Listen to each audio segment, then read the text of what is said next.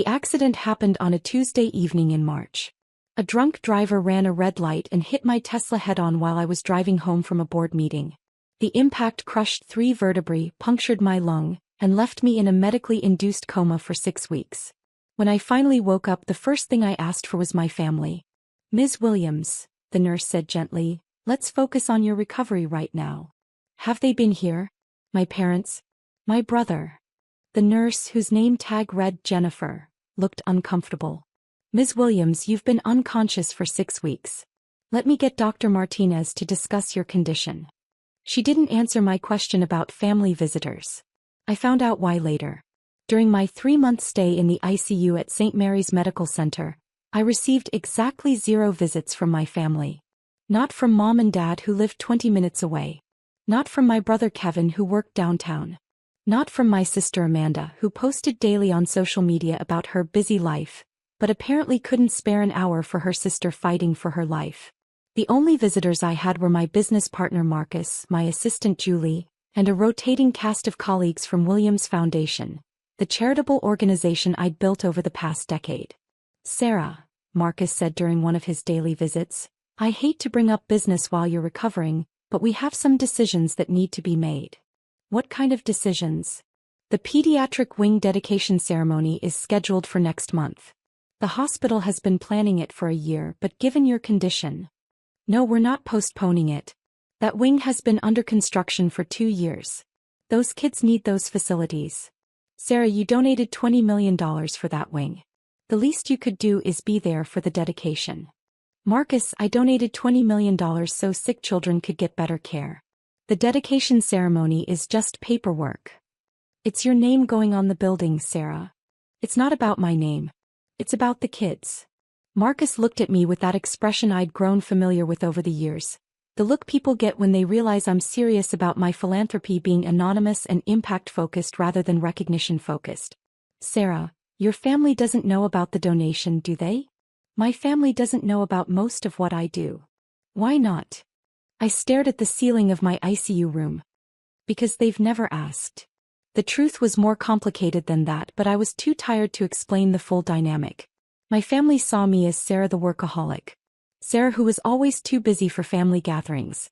Sarah who lived alone, worked too much, and had never given them grandchildren or a traditional daughter-in-law to brag about. They had no idea that working too much meant running a foundation that had donated over $60 million to medical research, education, and children's hospitals. They didn't know that being too busy meant traveling to evaluate grant applications, meeting with researchers, and overseeing construction of facilities that would save lives. To them, I was just successful enough to be financially stable but not successful enough to be impressive. The perfect middle child to ignore. Dr. Martinez stopped by during week 10 of my recovery. "Sarah, your physical therapy is progressing well. We should be able to move you to a regular room next week." "That's great news." "Sarah, can I ask you something personal?" "Sure." "In all my years practicing medicine, I've never seen a patient with no family visitors for this length of time. Is there something we should know? Are there family members we should be contacting?" "They know I'm here, Dr. Martinez." "And they haven't come?" "Apparently not." "Sarah, you've been critically injured. You nearly died. Are you sure they understand the severity of what happened?" I thought about it. Marcus called them from the scene. Julie sent updates every week. They know. But they haven't visited at all? "Dr. Martinez, some families are complicated." What I didn't tell him was that Kevin had texted me once. "Heard about your accident. Hope you're okay. Things are crazy busy at work." Amanda had sent a generic get well card with no personal message. And my parents had asked Marcus to keep them updated, but never actually reached out directly. During week 11, I was moved to a private room in the Williams Pediatric Wing, the same wing I'd funded, though the staff had been discreet about not mentioning that connection. The irony wasn't lost on me that I was recovering in a hospital wing that bore my name, while my family hadn't bothered to visit the hospital at all. The room was beautiful state-of-the-art equipment, comfortable accommodations, and a view of the healing garden I'd specifically requested be included in the architectural plans. Every detail had been designed to reduce stress and promote healing. "Ms. Williams," Jennifer said as she helped me settle into the new room, I have to say you're our most unusual patient. How so? Most people who donate $20 million to a hospital make sure everyone knows about it. You specifically requested that your donation remain anonymous. The Williams Foundation prefers to focus on impact rather than recognition. The Williams Foundation, that's your foundation? I'm the founder and primary beneficiary, yes. Ms. Williams, do you realize that your foundation's donations have transformed this hospital? The pediatric wing, the cancer research lab, the free clinic. That was the goal. And your family doesn't know? Jennifer, can I ask you something? Of course. In your professional opinion, if someone's family doesn't visit them during a 3-month ICU stay, are they likely to be impressed by philanthropic achievements? She was quiet for a moment. Ms. Williams, I think your family doesn't deserve you. Maybe. Or maybe I don't deserve them. Ma'am, you nearly died and you're still worried about whether you deserve your family's attention. Meanwhile, you've quietly donated millions to help strangers. I think I know who deserves whom. 3 days later, everything changed. I was doing physical therapy when Jennifer rushed into my room looking flustered. Ms. Williams, I need to prepare you for something. What's wrong? Your mother is here. She's meeting with Dr. Martinez about scheduling her gallbladder surgery. Mom's here? For surgery. She doesn't know you're here. Dr. Martinez didn't mention it because you requested privacy about your medical information. I see. Ma'am, she's asking questions about the pediatric wing. About the name on the building. I felt my heart rate increase. What kind of questions? She noticed that the wing is named after someone with your last name. She asked the nursing staff about it. What did you tell her? I told her that Sarah Williams was a generous benefactor who donated $20 million for the construction of the pediatric facilities. And, Ms. Williams, your mother went very pale. She asked if Sarah Williams was a patient at this hospital. I told her I couldn't discuss patient information. Jennifer. She's in the lobby right now, asking to speak with someone about visiting Sarah Williams. I closed my eyes. After 3 months of no contact, Mom was finally coming to visit. Not because she'd been worried about me, not because she'd missed me, but because she'd discovered I was more successful than she'd realized. Jennifer, what do you want me to do? It's your choice, Ms. Williams. We can continue to maintain your privacy, or let her come up. Are you sure? I'm sure. 20 minutes later, Mom walked into my room looking smaller than I'd ever seen her. Her face was pale, her eyes were red, and her hands were shaking. Sarah. Hi, Mom. Sarah, what? How long have you been here? 3 months and 4 days. She sat down heavily in the chair beside my bed. 3 months. 3 months. Sarah, why didn't you tell us how badly you were hurt? Mom, Marcus called Dad from the scene. Julie has been sending weekly updates to the family email. How did you think I was doing? We thought you were fine. That it was just a minor accident. A minor accident that required 3 months in the ICU? Sarah, we didn't know you were in the ICU. What did you think ICU stood for in Julie's emails? Mom looked confused. We didn't read them carefully. We thought ICU meant, I don't know, something less serious. Intensive care unit, Mom. The place where they put people who might die. Sarah. Mom, did you think I was choosing not to contact you for 3 months? We thought you were angry with us. About Christmas. Christmas. Right. The family gathering where Kevin had announced his promotion. Amanda had showed off her new house, and I'd been asked why I wasn't married yet and when I was going to settle down and start a real family. I wasn't angry about Christmas, Mom. Then why didn't you call? Because I was unconscious for 6 weeks and in intensive care for the rest. Mom started crying. Sarah, I'm so sorry. We didn't understand. Mom, can I ask you something? Anything. Why are you here now? Because I found out you were hurt and... Mom, you've known I was hurt for 3 months. Why are you here today specifically? She looked down at her hands. Because I saw your name on the building. And... because the nurse told me you donated $20 million to build the pediatric wing. And that changed something? Sarah, we had no idea that you had $20 million? I let that sit for a moment. So you're not here because you were worried about my health. You're here because you found out I'm wealthier than you realized. That's not. Sarah, that's not fair. Isn't it? We thought your business was just... We didn't know you were running a foundation. You didn't know because you never asked. Sarah. Mom, for 10 years, you've introduced me to people as your daughter who works in charity stuff. You've never once asked what that charity work involved, how much money we manage, or what kind of impact we're making. We thought it was small. You thought it was unimportant.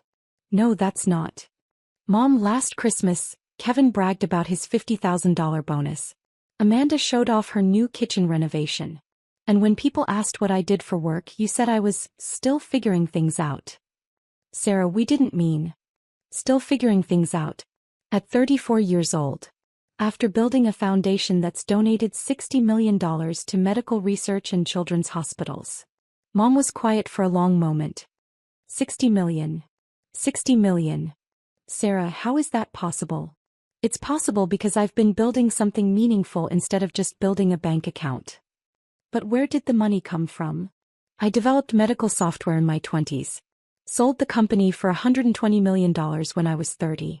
I could have retired, bought a mansion, traveled the world. Instead, I started the Williams Foundation.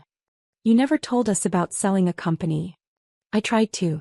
At Kevin's wedding reception, I mentioned that I'd had a successful exit from my startup. Dad said, "That's nice, sweetheart," and changed the subject to Kevin's honeymoon plans. We didn't realize. You didn't listen. There's a difference. Sarah, we're listening now. Are you? Or are you just impressed by the dollar amounts? Mom was quiet for a moment. Sarah, what do you want me to say? I want you to say that you're sorry you didn't visit me when I was dying. I'm sorry, Sarah. I'm so sorry. I want you to say that you're sorry you assumed my work wasn't important just because it wasn't traditional. I'm sorry. And I want you to say that you understand why this hurts. Sarah, I understand why you're hurt. But we're here now. You're here because you found out I have money, Mom. That's not the same thing. Sarah, that's not fair. We're here because we love you. Do you? Because for 3 months, your love wasn't strong enough to motivate a hospital visit. Mom started crying harder. Sarah, we didn't know how serious it was. Mom, your daughter was in a car accident serious enough to require ICU care. Whether I had $20 or $20 million, shouldn't that have warranted a visit? Yes. Then why didn't you come? Because we thought you were fine.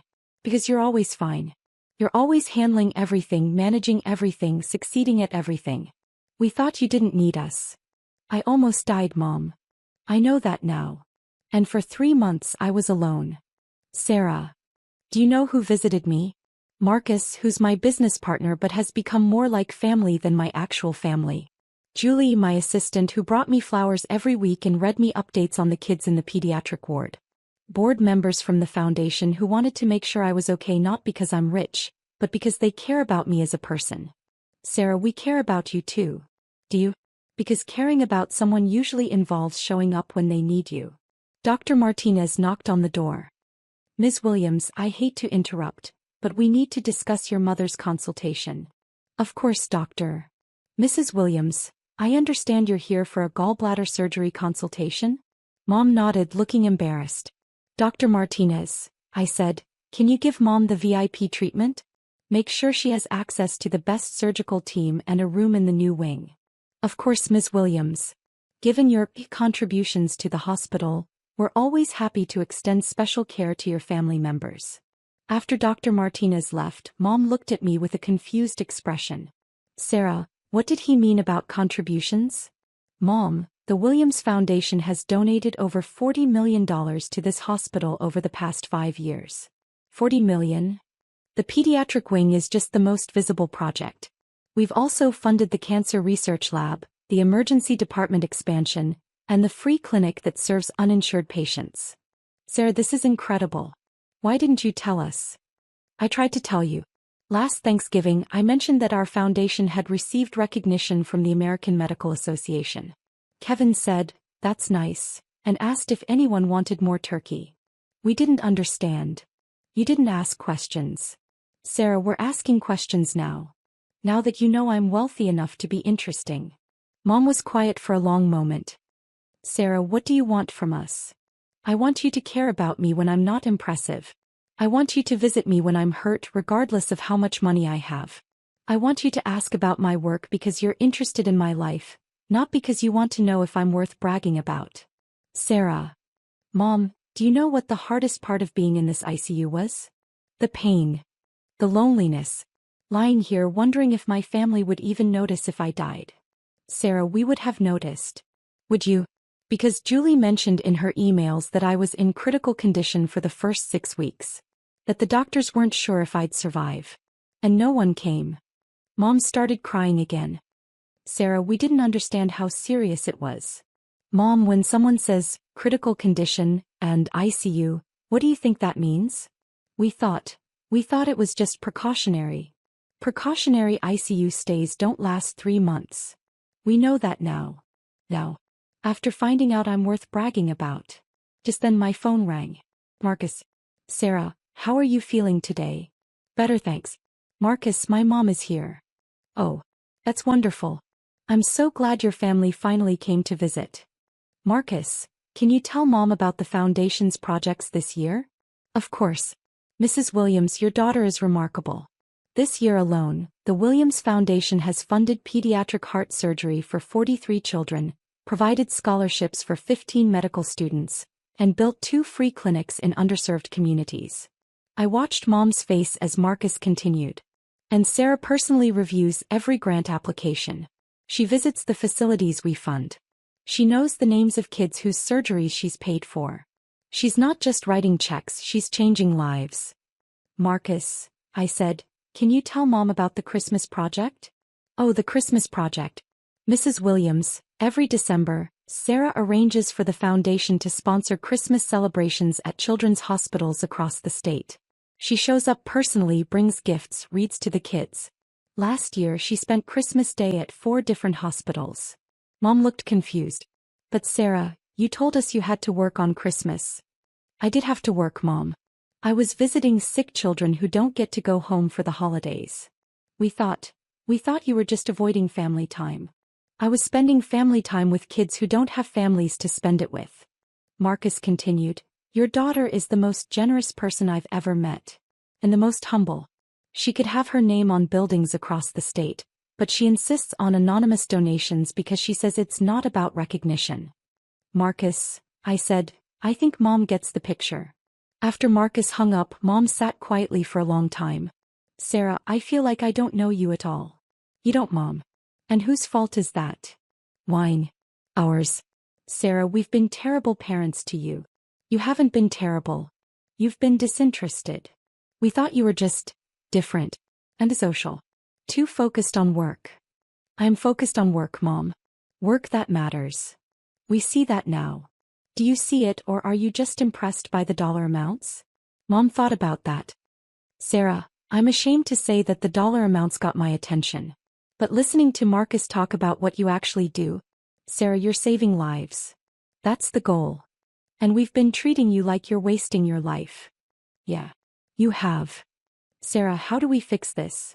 You start by understanding that my value as your daughter isn't determined by my bank account or my achievements. It should be determined by the fact that I'm your daughter. You're right. You start by showing up when I need you, not just when you find out I'm worth knowing. We will. And you start by asking about my life because you care about me, not because you want stories to tell your friends. Sarah, we do care about you. Then prove it. Over the next 2 weeks, something shifted. Dad came to visit, not because Mom told him about the donations, but because she told him I'd almost died and he needed to be there. Kevin showed up with flowers and an apology. Amanda brought her kids to meet their aunt who they barely knew. But the biggest change was in the daily conversations. For the first time in years, my family asked about my work not because they were impressed by my wealth, but because they wanted to understand what I cared about. Sarah, Dad said during one visit, can you tell me about the free clinic? Which one? Any of them. I want to understand what you're building. So I told him. About the clinic in East Oakland that served undocumented immigrants who couldn't afford health care. About the mobile clinic that traveled to rural communities. About the partnership with medical schools to provide free care while training new doctors. Sarah, this is incredible work. Why didn't you tell us about this before? Dad, I tried to tell you last Christmas. You asked what I was working on and I mentioned healthcare access initiatives. You said, "That sounds complicated," and asked Kevin about his golf game. I remember that. Sarah, I'm sorry. I should have asked follow-up questions. Why didn't you? Because I thought you were talking about some small volunteer thing. I didn't realize you were running major healthcare initiatives. Dad, even if it had been small volunteer work, shouldn't you have been interested because it mattered to me? He was quiet for a moment. Yes. You're right. The size of the work isn't what makes it worth caring about. The fact that it matters to your daughter is what makes it worth caring about. I understand that now.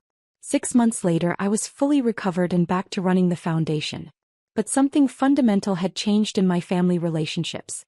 My parents started asking about my work regularly, not because they were impressed by the scale but because they wanted to understand what I cared about.